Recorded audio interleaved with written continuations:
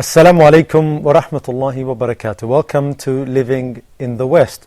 In Living in the West, we have discussed many issues regarding the Muslim minorities living in the West. We've spoken on a social level, an economic level, a political level.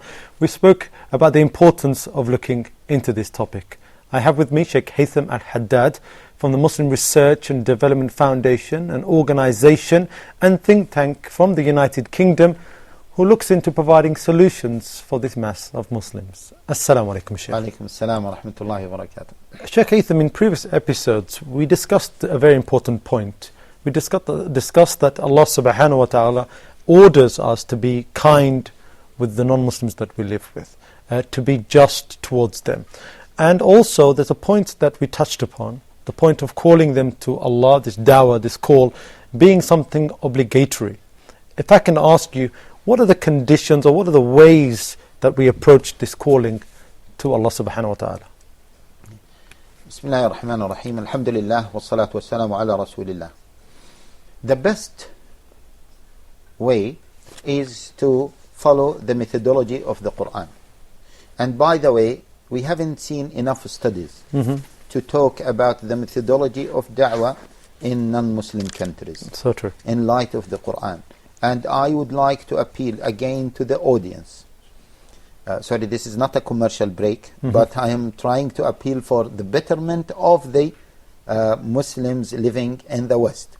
I'd like to appeal that we need some people who study various topics. Among the topics that we need some people to study is to study the methodology of da'wah in non-Muslim countries. You're talking about R&D here, basically, that we don't spend enough money in researching the best methods to give the dawah. Yes, and there are not enough organizations to sponsor such projects, to sponsor such people, although the topic is very important. Some people might say, well, is it really difficult? Look at the Quran. Let us read in the Quran. In the Quran, we see that there are many verses that many verses are using the rational argument with the non-Muslims. قُلْ لَوْ كَانَ فِيهِمَا آلِهَةٌ إِلَّا اللَّهُ لَفَسَدَتَا. Just this is a rational argument. If there are more than one ilah in the earth and heavens, more than one God controlling. More than one God. Okay, what will happen? Then a corruption will take place, and some bad things will take place. So this is a rational argument. When can we use the rational argument? In many verses in the Quran, Allah Jalla wa Ala is commanding the people, قُلْ سِيرُوا فِي الْأَرْضِ فَانظُرُوا كَيْفَ كَانَ عَاقِبَةُ الظَّالِمِينَ كَيْفَ كَانَ عَاقِبَةُ الَّذِينَ مِنْ قَبْلِكُمْ فَاعْتَبِرُوا يَا أُولِي الْأَبْصَارِ. These are verses commanding us to look and ponder upon what happened to the previous nations who disbelieved in Allah Jalla wa Ala. And this is mentioned a lot in the Quran.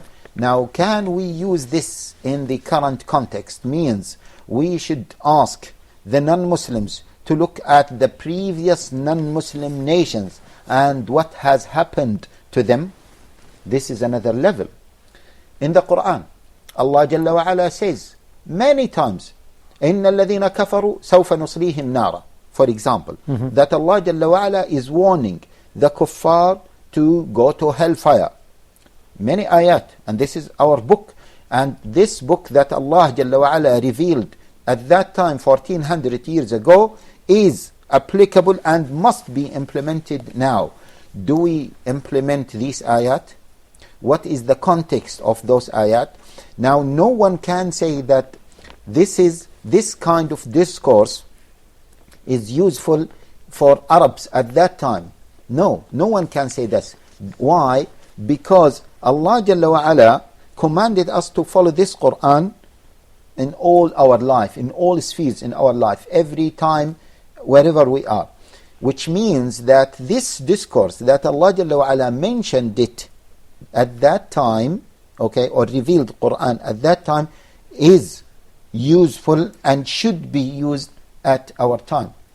The Prophet ﷺ, during the Meccan period, a few years after the Meccan period, 3 years after the receiving prophethood, he said what? He stood in a Safa, the mountain, and he said to all the kuffar at that time, أَنذَرْتُكُمُ النَّارِ أَنذَرْتُكُمُ النَّارِ أَنذَرْتُكُمُ النَّارِ. I am warning you against the hellfire. I am warning you against the hellfire. I am warning you against the hellfire. And the hellfire is mentioned in the Quran more than Jannah is mentioned. How can we use this in our da'wah? Shall we tell the non-Muslims, for example, that if you don't accept Islam, you are subject to go to hellfire? Now, for some people, this might be very embarrassing, and some people might think that this is very offensive for the non-Muslims. But the Quran used it. If the Quran is our guidance, why don't we follow that? I'm not saying that we must follow it, but what I'm saying is that we need studies to study the methodology of the Quran in order for us to use this methodology. And when the Quran used the rational argument, when did the Quran use threatening? And when the Quran, for example, in some ayat, Allah Jalla wa Ala gave us the examples of prophets, other prophets. And the prophets sometimes, they are telling their people, you are fi dalalin mubin, you are in clear misguidance. When can we use this? You know, in our da'wah, most of our da'wah is focusing on what? Just being nice, using good manners, good etiquettes, etc., in order to invite them to Islam. What is the place of this? What should be the percentage of this kind of da'wah in terms of the da'wah in general? That's why we need to do the research into this topic, basically. Exactly. And it is not an easy topic. And by the way, we carried out in the organization, Muslim Research and Development Foundation, we carried out simple surveys about the motivation of non-Muslims to become Muslims and the motivation behind Islam.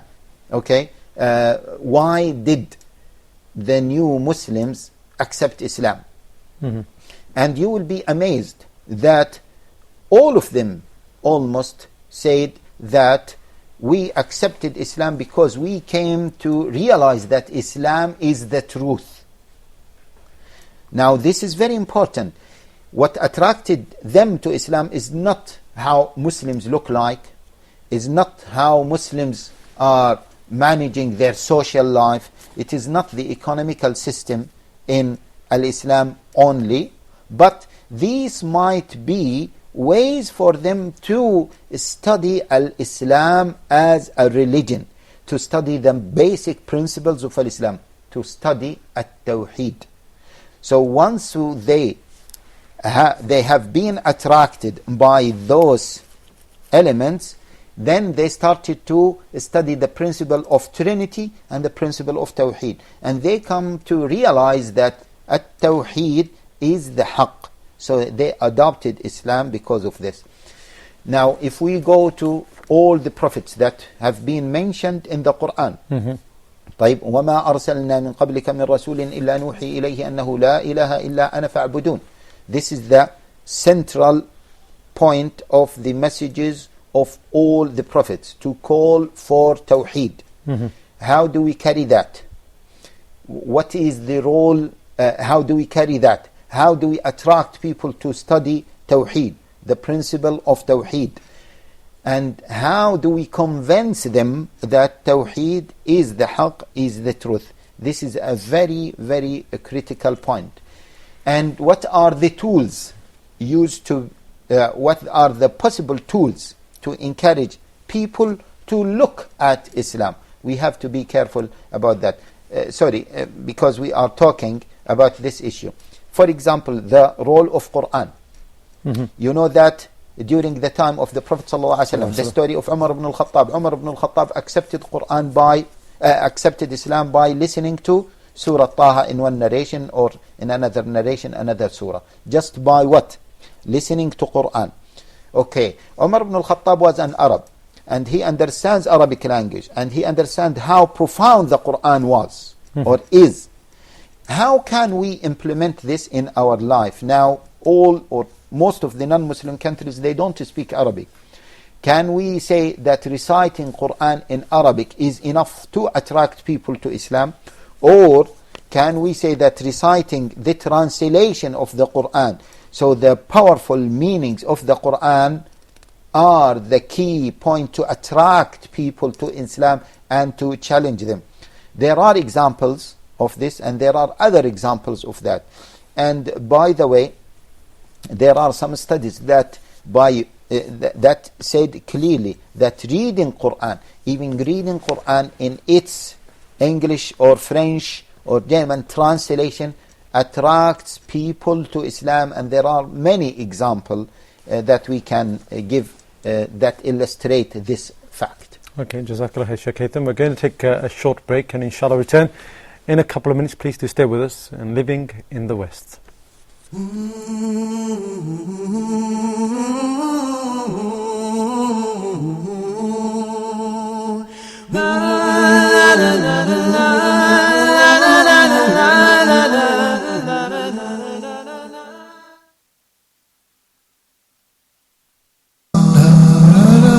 Closing the Gap.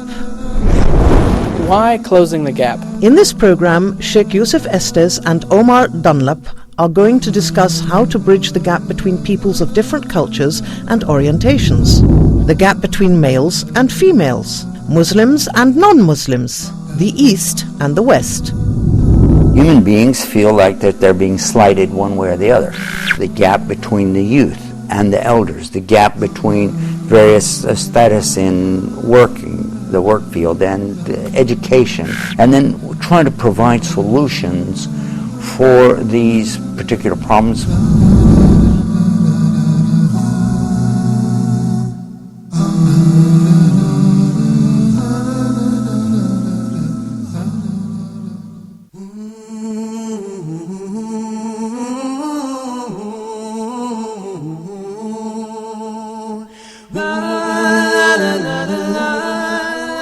Assalamu alaikum wa rahmatullahi wa barakatuh. Welcome back to Living in the West. Shaykh Haytham, just before the break, we did speak about the importance of looking into research, also development of the type of da'wah, of where to go into da'wah and what to really work towards in the West for the Muslims. Now, looking at this topic of da'wah, what aspects of this should we aim for and push forward, and how should we do it, Shaykh? Yes, as I said, this topic is a quite difficult topic, and see, the people are not giving it its due right. There are many methods of giving da'wah available for us in the West. There are many avenues how to prioritize these methods. Let me give you an example. In some countries, there are these da'wah stalls. Tables on the street with books and so forth. Tables in the streets. In America, okay, this is available. In Britain, in the Netherlands, I have seen them before, and I think in most of the European countries. How effective this method is, this is one thing. The other thing, if this method is effective, but is effective to who? Is it to the street people? Do we have studies with regards to those who accept Islam? Where do they come from? What is their background? Are they belong, or do they belong to the elite, or do they belong to street people? Are they educated or half educated? We need to have these studies, because this is just a very vast topic and important topic. Take another example. I remember a businessman, okay, was talking to me about this issue. And see, the business people, they are talking from that perspective. He said, why don't we as Muslims, for example, hire certain air times in the mainstream channels, maybe news channels, for 5 minutes or 10 minutes, and bring someone to speak concisely and eloquently about Islam. For example, in Britain we have BBC, in America we have other news, okay, CNN or even others, okay, CBNS and others. So why don't we utilize this method? Now, even printing books, what are the best books to be printed?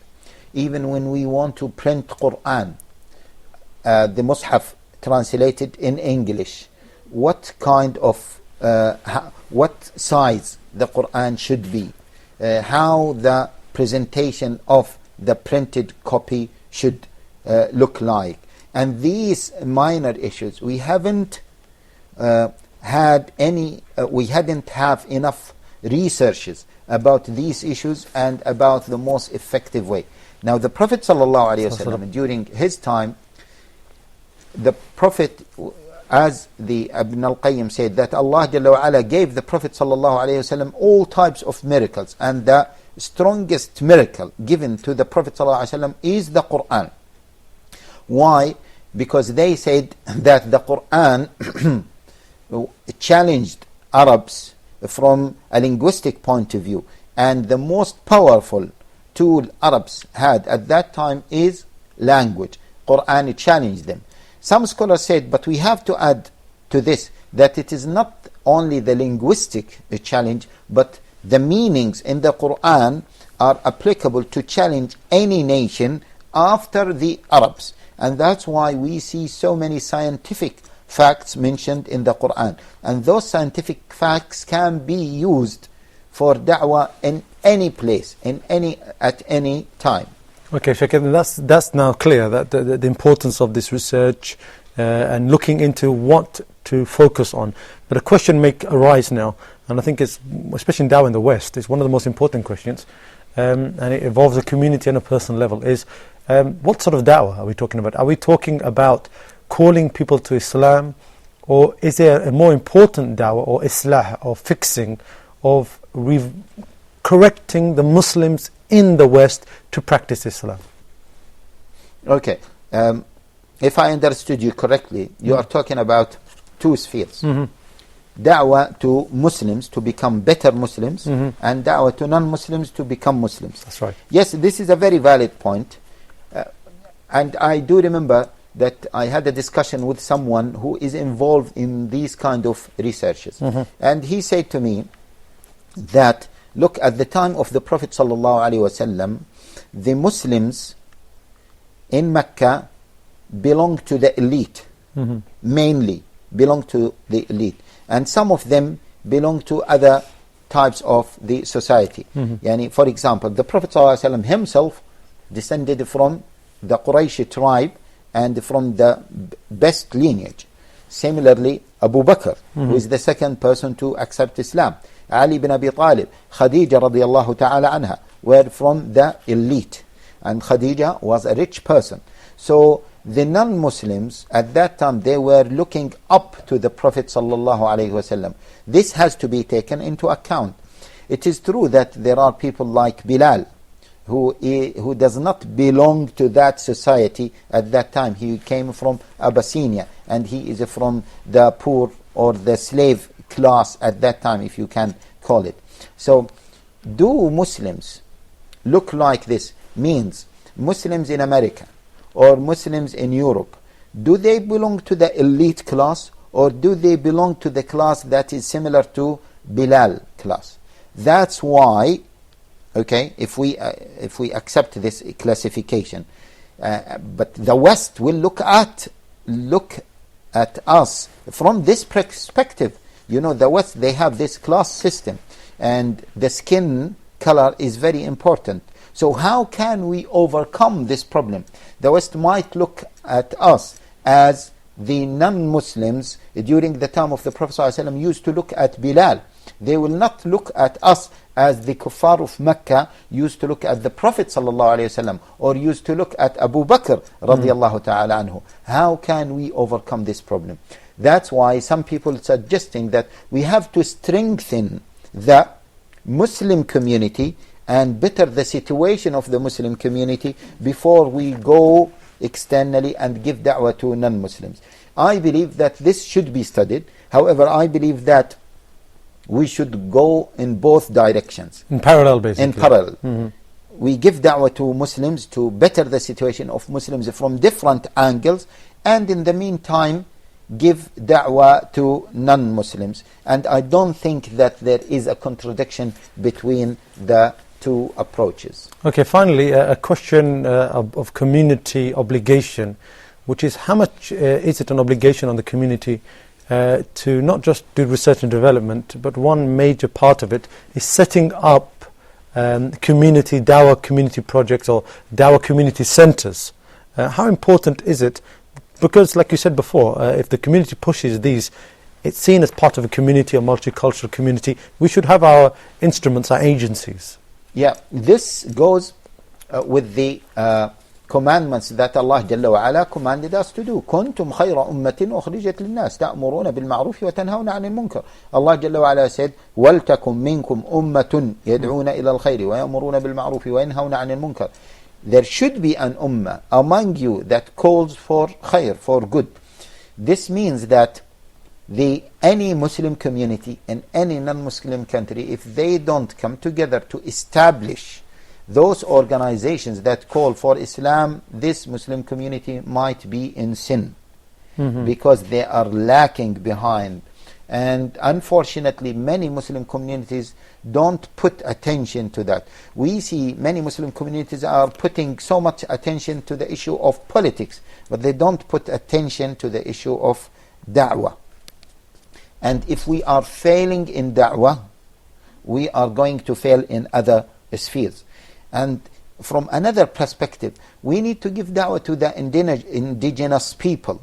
Why? Because they speak the same language, they are coming from the same culture, and therefore they will be more effective if they give da'wah themselves, because they have gone through the problems and difficulties the other members of the society went through. Myself, I haven't gone through these problems. I am coming from a different background. I am originally a Muslim. My family is a Muslim family. So I'm not going through the same problems the white indigenous people went through. That should be taken into consideration when we give da'wah to non-Muslims, or when we want to establish da'wah organizations within our communities. And finally, speaking about dawah in these communities, and dawah especially in the West, due to many, say, social problems, like you said before, people are very scared to go out and speak about dawah. And you said again that maybe this is one of the most important obligations. Again, can you stress to our viewers that you can be kind and be trustworthy people and have justice, but without dawah, you may be falling short? It's true. And just remember, brothers, if you like someone, brothers and sisters, if you like someone and he's doing good for you, don't be selfish. Don't take from him more than you give him. And the best thing, the best gift you can give to those non-Muslims who are helping you is Islam. Why? Because you are saving them from the hellfire. You are bringing them to paradise, and they will be with you. They will be with the Prophet ﷺ in paradise, and that is the ultimate aim for any single human being on this earth. Sheikh Haytham Al-Haddad, Jazakallah khair. That's the end of this episode of Living in the West. I leave you with Assalamu alaikum wa rahmatullahi wa barakatuh.